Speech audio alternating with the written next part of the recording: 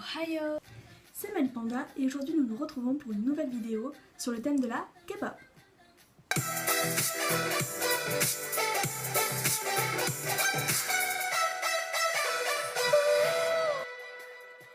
Tout d'abord, la K-pop, c'est de la pop coréenne, donc Korean pop, musique qui vient donc de Corée du Sud et il y a plusieurs styles dans la K-pop. Il y a par exemple les boys bands, les girls bands, les groupes mixtes et les solos. Donc dans les girls bands, nous avons par exemple les Twice, les Mamamoo, les Blackpink, les J-Friends, les Dreamcatcher et énormément d'autres groupes. Également comme groupe masculin, nous pouvons trouver donc les BTS, les EXO, les NCT, les Seventeen, les GOT7 et d'autres groupes qui ont également disband. Et donc dans la K-pop, ce qui est bien, c'est qu'il y a énormément de styles. Il peut y avoir du reggae, du rap, du classique, de l'électro, et vraiment énormément de styles. Il faudrait vraiment que je fasse une vidéo dessus. Et ce qui est très important aussi, c'est les MV, parce que les Coréens basent tout sur l'apparence des MV et la qualité également des MV qui sont donc les clips chez nous, les clips vidéo. Et donc c'est vraiment très impressionnant, très coloré à voir.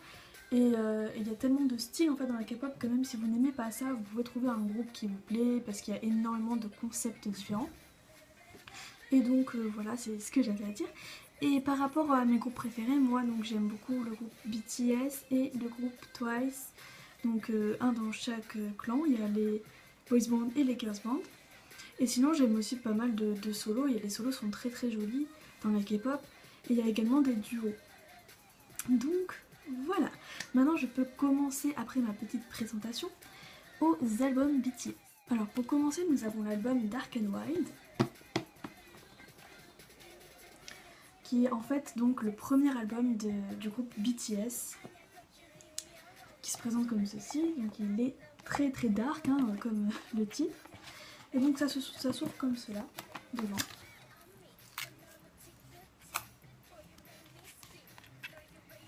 Voilà, j'espère que les ARMY fans de BTS reconnaîtront leur premier album. Avec la petite languette, on ouvre. Donc nous avons les petits livrets photos ici. Donc c'est comme cela. Avec des photoshoots de BTS. Donc là c'est vraiment leur premier album, donc c'est comme ils étaient il y a un petit moment en fait.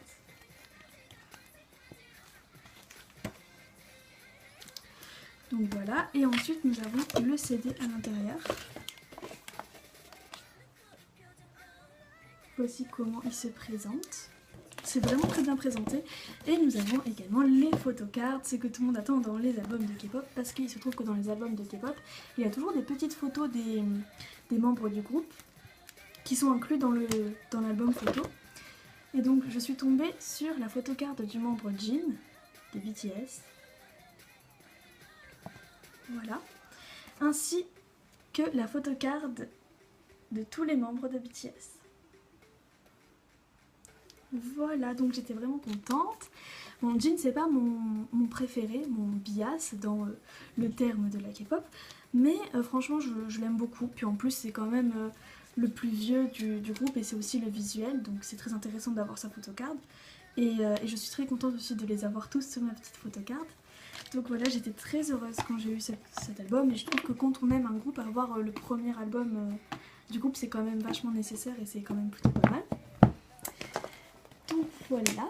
Ensuite nous avons un deuxième album, donc c'est mon album préféré des BTS, donc c'est pour ça que j'étais vraiment très heureuse de l'avoir. Et donc c'est l'album Young Forever, qui est comme ceci. Donc là on voit pas très bien, je vais essayer d'éclairer plus. Je sais pas si vous verrez mieux, mais là il y a marqué Young Forever.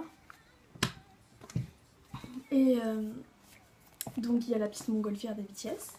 C'est un album, un des vieux albums des BTS, mais je l'aime beaucoup parce que c'est avec ces chansons que j'ai découvert le groupe. Donc voilà, et à l'intérieur de l'album, on ouvre et on a le petit livret photo. Et donc, si on voit avec le reflet qu'il y a marqué Young Forever ici aussi. Donc voilà, et donc je vais vous montrer des petites photos des BTS.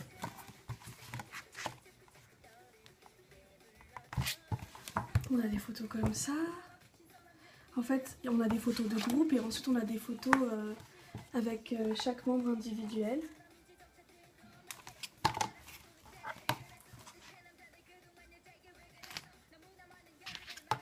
Donc voilà, c'est un très très beau livret, il y a beaucoup de photos, donc c'est très intéressant. Et donc ensuite, nous avons les musiques. Ici, avec des CD très colorés comme la montgolfière. Et avec la petite image des BTS dans la montgolfière ici. J'ai également un poster que je vais vous montrer, que j'ai affiché dans ma chambre. Et la photocard que j'ai eue dans cet album, donc dans ce petit livret dans l'album Young Forever, c'est encore la photocard de Jin. Donc voilà, je vous mettrai la petite photo. Donc c'est Jin des BTS, c'est donc le plus vieux des BTS. Et donc voilà, je suis quand même très contente parce que je trouve que la photo est quand même très jolie et puis j'aime trop mes photocards. Maintenant je vais faire une petite aparté dans laquelle je vais vous présenter un peu plus globalement la K-pop parce qu'il y a beaucoup de vocabulaire dans la K-pop si vous êtes débutant qui peuvent vous être étrangers et du coup je voulais vous apprendre quelques petites choses si vous comptez vous y mettre. Aussi quand on se plonge dans la K-pop c'est un monde dont on ne peut pas sortir en fait, c'est vraiment addictif et vous commencez à regarder un groupe, vous aimez un groupe en particulier et puis ensuite ça devient de plus en plus, on découvre d'autres gens, d'autres comebacks, d'autres artistes et après voilà quoi, on se laisse vite emporter par le monde de la K-pop, donc attention à vous. Et donc on commence tout de suite, donc je vous ai parlé des groupes masculins et féminins, donc voilà, et aussi je vous ai dit qu'il y avait des groupes mixtes, c'est-à-dire avec des garçons et des filles et des duos également. Ce qu'il faut savoir c'est que dans chaque groupe, par exemple des grands groupes boys band ou girls band, chaque membre, donc chaque personne du groupe, a un rôle particulier. Par exemple, il y a les danseurs principaux, les chanteurs principaux, les visuels et les rappeurs également. Donc voilà, chacun a vraiment un rôle. Après, il y a ceux par exemple qui sont chanteurs, mais qui sont pas chanteurs principaux, c'est-à-dire qu'ils vont pas faire les refrains, les chorus, etc. Ensuite, on appelle dans la K-pop le membre le plus jeune du groupe, on l'appelle le maknae. Et donc le maknae est souvent beaucoup aimé parce que c'est le plus jeune, donc voilà, le plus mignon. Et le plus vieux, dans un groupe de mecs, on l'appelle young, parce que en fait en coréen, young c'est le plus vieux et maknae c'est le plus jeune. Et pour un groupe de filles c'est différent, donc la plus jeune c'est toujours la maknae, mais la plus vieille se dit uni. Donc voilà, donc on répartit les âges comme ça dans la K-pop. Ensuite, ce qu'il faut savoir qui est quand même très important, c'est que quand on découvre un groupe, on a forcément un coup de cœur pour un des membres. Et quand c'est notre membre vraiment préféré, l'artiste qu'on aime le plus dans le groupe, et ben c'est notre bias dans le monde de la K-pop. Donc bias c'est un mot pour désigner notre petit chouchou, notre petit favori dans un groupe. C'est pareil pour un groupe féminin que pour un groupe masculin. Et ensuite, quand on a notre bias, il y a peut-être quelqu'un qu'on aime, mais juste après notre bias, ce serait donc notre bias wrecker. C'est comme ça qu'on appelle ça. Donc si vous entendez bias wrecker, vous pouvez comprendre que ce sont nos préférés. Le premier puis le deuxième. Ce qu'il faut savoir également, c'est que par exemple, quand on écoute plusieurs groupes dans la K-pop, il peut y en avoir certains qu'on aime plus que d'autres, ce qui est logique. Du coup, quand on a un groupe vraiment préféré, c'est-à-dire un groupe qu'on écoute le plus, moi par exemple c'est BTS, et ben ce sera notre UG, notre ultime groupe. Et par exemple pour les bias, si on a plusieurs bias dans plusieurs groupes, il y en a toujours un qu'on préfère, et donc ce sera notre ultime bias, UB. Et donc voilà, et c'est pour ça par exemple que j'ai mis ce masque tout à l'heure avec marqué donc Suga qui est mon bias dans les BTS. Donc maintenant je peux parler avec le vocabulaire de K-pop si vous comprenez bien.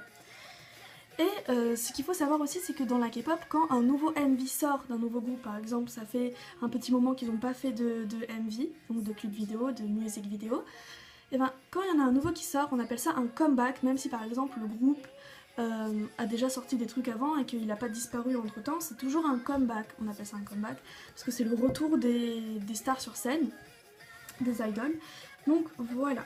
Tout à l'heure je vous ai expliqué que par exemple il y a des groupes qui peuvent disband, donc ça veut dire qu'en fait clairement le groupe se dissout, il y a peu de groupes, ça peut être pour différentes causes, par rapport à l'agence, par rapport à la popularité du groupe, des problèmes dans le groupe, mais ça peut aussi être par rapport à le service militaire obligatoire en Corée qui oblige les membres du coup à partir à l'armée et du coup à quitter le groupe.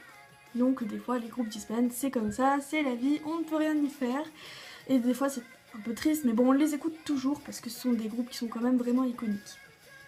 Par exemple, 21 et Big Bang, qui sont des groupes très connus et qui ont eu beaucoup de talent et qui ont malheureusement disband.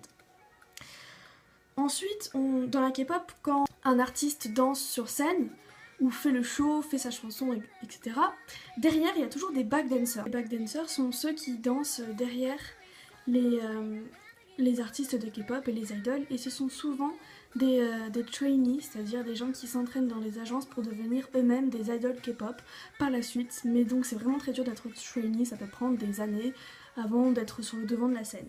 Ensuite, nous avons les fans chants. Donc ce sont les fans qui chantent au début des concerts, par exemple, de leurs idoles K-pop préférés, chantent donc les noms des membres du groupe dans un ordre précis. Et donc voilà, c'est pour encourager les groupes, ils chantent aussi les petites parties des chansons en fond, vous voyez. Ensuite, nous avons les lightsticks. Donc les lightsticks sont des petits... en fait, c'est comme des bâtons de lumière à l'effigie de notre groupe préféré, qu'on voit dans les concerts, que les gens agitent et tout ça pour prouver qu'ils font vraiment partie du fandom. Et donc le fandom, c'est un groupe de fans pour un groupe. Un groupe de fans pour un groupe de K-pop.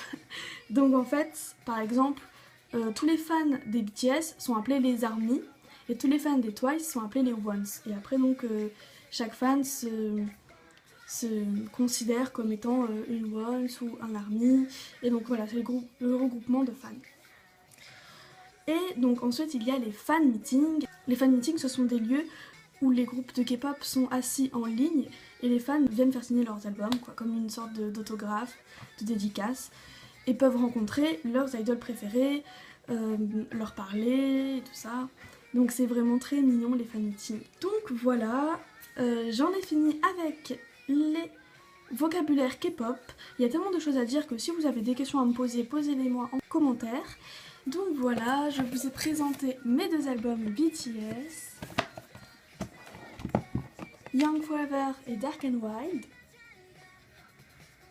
Donc je vous dis à la prochaine vidéo, j'espère que cette vidéo vous a plu. Si vous voulez une autre vidéo qui parle par exemple plus particulièrement du groupe BTS ou du groupe TWICE, je peux tout à fait le faire. Même d'autres groupes, vous avez qu'à me demander dans les commentaires. Comme ça je vous ferai une vidéo plus globale où je vous montre vraiment précisément tout ce qu'on peut savoir sur un groupe, parce que c'est très intéressant. Et donc si vous avez d'autres idées de vidéos, ben dites-le moi. Et donc voilà, on se retrouve du coup à la prochaine vidéo. N'oubliez pas les pouces bleus, ce serait choupi de vous abonner. Et sur ce, on se retrouve dans une prochaine vidéo. Sayonara et vive les pandas!